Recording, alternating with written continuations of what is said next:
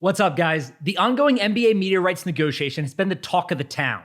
Friends, family, industry contacts, everyone wants to know what is happening. And my wife is even mourning the death of TNT's Inside the NBA, her favorite studio show. This confusion and the resulting early obituary for Shaq, Kenny, Ernie, and Charles mainly stems from media outlets making a simple topic unnecessarily complex. I mean, I get it to a degree. Media rights are important. They determine the audience and therefore the profitability of a league. Fans are interested and invested in the outcome, and we should expect every media pundit to juice it for all it's worth. The writing is sort of on the wall, though. The NBA had an exclusive negotiating window with its current TV partners, Disney and Warner Bros. Discovery. Disney left that window with a handshake agreement, doubling its current payment from $1.4 billion annually to $2.8 billion annually, despite receiving significantly less inventory than it previously had. Warner Bros. Discovery CEO David Zazlav, on the other hand, decided to risk it. Zazlav reportedly topped out at $2.1 billion annually. That would have been a sizable increase from the network's current $1.2 billion annual payment, but it was significantly below the NBA's $2.3 billion asking price. The thought process was simple. Warner Bros. Didn't think anyone would buy the NBA's B package for $2.3 billion annually. And if someone came out of left field to do exactly what they thought was financially reckless, Warner Bros. Could always use its contractual right to match the agreement, keeping the NBA as a cornerstone within its sports rights portfolio. Zazlav famously said early on in his tenure as CEO, quote, "We don't have to have the NBA," end quote. However, that was a mistake.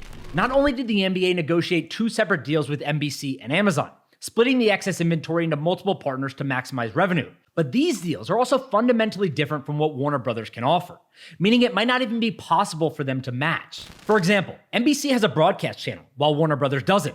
And Amazon is offering the NBA a streaming exclusive package, while Warner Bros. Would be crazy to pay that much money only to put the games exclusively on Max. So yes, it's true that Warner Bros. Has the contractual right to match any offers, but it's unclear what that actually means if they don't have the same distribution that NBC is offering, or the opportunity for the NBA to plan ahead for the future with streaming.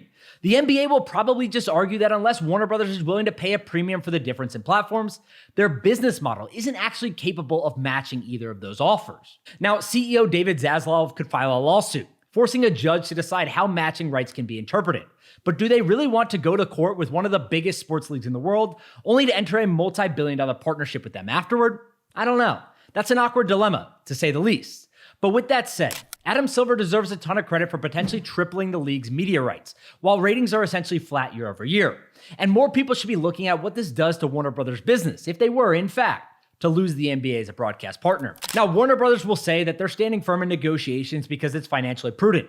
However, the NBA accounts for more than 80% of TNT's annual advertising revenue, which would leave a giant hole in the company's income statement that is difficult to fill. And the bigger concern is affiliate fees or carriage fees. TNT is currently the second most expensive cable channel, costing every customer $3 per month whether they watch the channel or not. But if they were to lose the NBA, TNT becomes a much less valuable part of the bundle, and distributors will try to negotiate that fee down to $2 or maybe even $1.50. That represents an even more significant liability for Warner Bros. And maybe it's one of the reasons why Comcast-owned NBC is making such a strong bid in the first place, with the idea being that the excess money they pay in rights could be offset by an increase in margins at the cable company by lowering TNT's fee as a result of the bidding war. TNT would likely try to stop this by spending a considerable chunk of its $2 billion plus NBA offer on other sports rights. One example is that the network recently inked a deal to license a handful of college football playoff games from ESPN. But this deal is really just an appetizer, as ESPN only valued these games at $25 million each, according to The Athletic. That's probably because the first round games next year are directly competing with two NFL games. And this wouldn't be enough to stop a downward negotiation in affiliate fees. So what else could Warner Bros. Buy?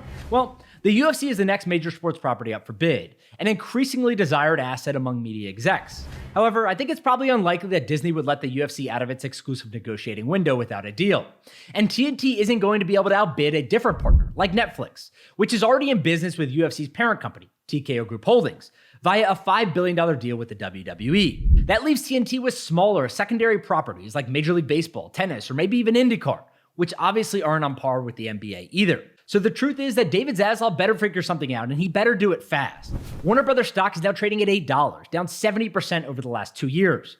Investors aren't happy with that performance, especially considering Zaslav saw his compensation increase from $40 million in 2022 to nearly $50 million last year, while simultaneously telling everyone CEO pay should be aligned with the performance of the stock. Now, this is a self-inflicted problem, don't get me wrong. Not only did Warner Brothers have the opportunity to secure the rights for a smaller price than NBC is now offering, but numerous reports indicate Adam Silver wasn't happy when Zazlav said they didn't have to have the NBA. Now, David Zazlav will have to deal with the consequences. He can either file a lawsuit against a corporation they've been working with for over 35 years, or implement Plan B, scrambling to overpay for secondary rights that might not even stop the bleeding. I don't know about you, but neither option seems particularly good. Thank you so much for watching this video. If you enjoyed it, please subscribe to the channel. I make videos every single week breaking down the money and business behind sports.